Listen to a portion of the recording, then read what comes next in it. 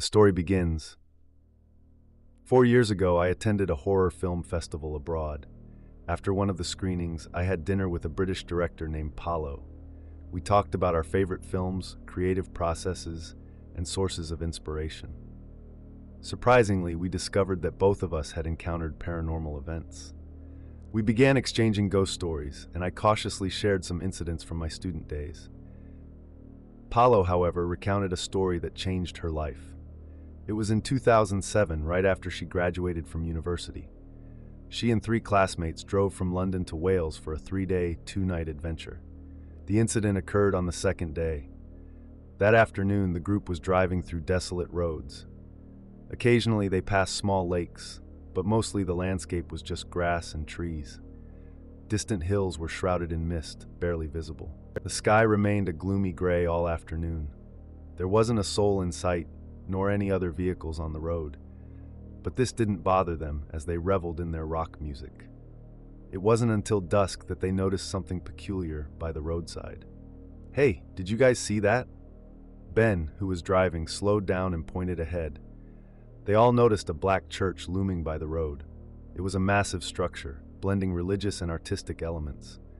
A black church standing alone in such a desolate place was indeed strange.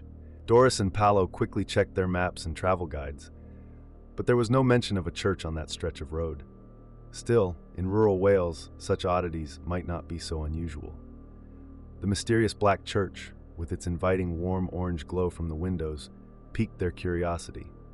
They parked in front of the church, excitedly grabbing their backpacks and cameras. "Hello, is anyone there?" Paolo knocked on the heavy door. After several tries, there was no response. "Push it open. Maybe we can just go in," Collins joked. Doris agreed. "It'd be weird not to go in now that we're here." "Let's just say we're tourists," Ben suggested. "Fine. We're not doing anything wrong," Paolo shrugged, slowly pushing open the church door.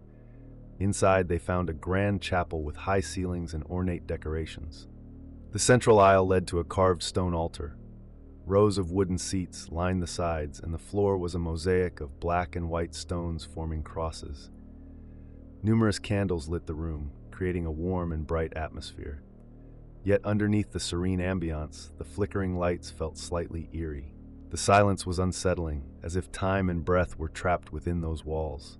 It felt unreal, and besides the 4 of them, the place was deserted. For such a secluded location, a large chapel seemed unnecessary. The style appeared ancient, yet the items seemed new. Who lit all those candles?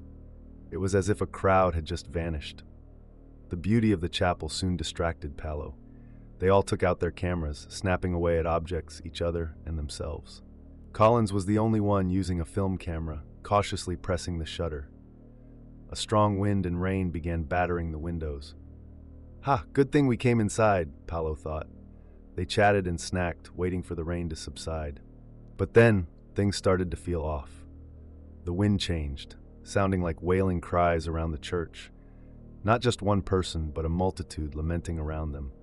Despite their fear, they nervously joked about it. Soon, the noise against the windows changed too. It was no longer the random patter of rain or wind. Instead, it was a rapid, rhythmic pounding on every window.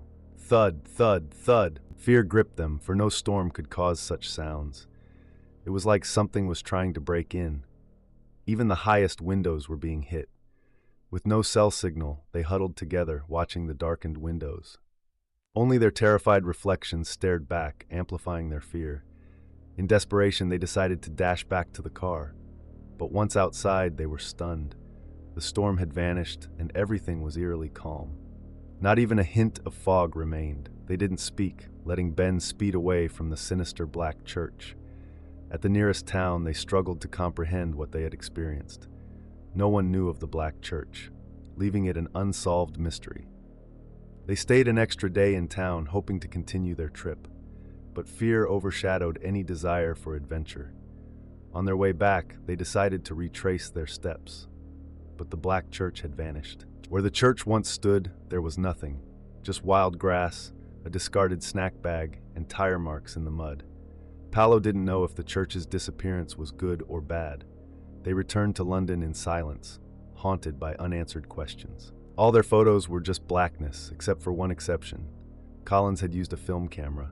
A month later, he contacted them. He looked gaunt and haunted, unlike himself. Collins showed them the photos he developed. Paolo shivered as she recounted this part. The chapel was filled with robed figures. They surrounded Paolo and her friends. The ceiling, thought to be decorated, was lined with hanging bodies. Every cross in the church had vanished. The photos shook them to their core.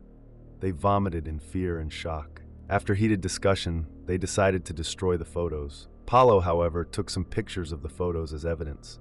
Strangely, her phone retained these images.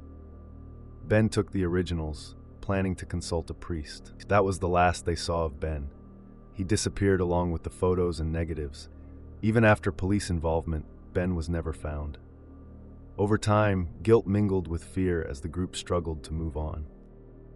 The story ends. Don't forget to like, share, and subscribe to Mr. Macabre for more twisted tales that keep the darkness alive.